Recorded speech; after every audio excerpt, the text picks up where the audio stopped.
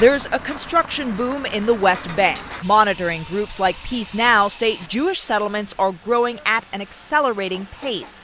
In East Jerusalem alone, the number of planned houses jumped from 45 in 2007 to 750 since the beginning of this year. Numbers that threaten ongoing peace talks, says Peace Now. It's devastating. If you are willing or going to peace, why do you build on the places that are under dispute? More than 200,000 Israeli settlers live in the disputed land of the West Bank, illegal, Palestinians say, under international law. Israel has promised to curb settlement growth, but Israel's housing ministry is now requesting construction of 1,900 homes in East Jerusalem and the West Bank. If approved, it would be the biggest growth in nearly a decade. This is the settlement of Ariel, deep in the West Bank. It's one of the biggest, with 18,000 people and growing.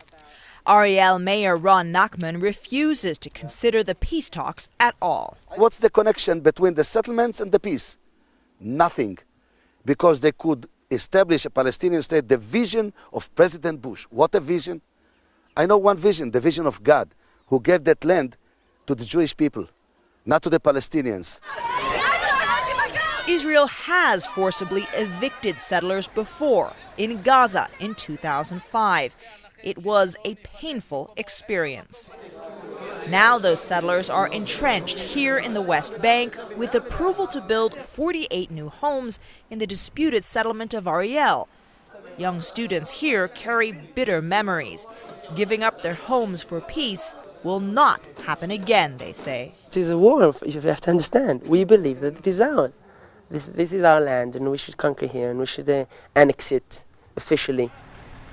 With that kind of resistance at home and increasing pressure abroad to make peace talks work, the Israeli government says it has come up with the best possible compromise. This Israeli government has done more than any previous Israeli government to bring under control unchecked growth in the settlements. The truth is we're being very selective. We're saying Jewish neighborhoods in Jerusalem, yes, and the large blocks that anyway will stay part in Israel, will stay part of Israel. And that's the only places where we're allowing construction. A fine line when negotiations are still ongoing and a final deal still far away. Atika Schubert in the West Bank.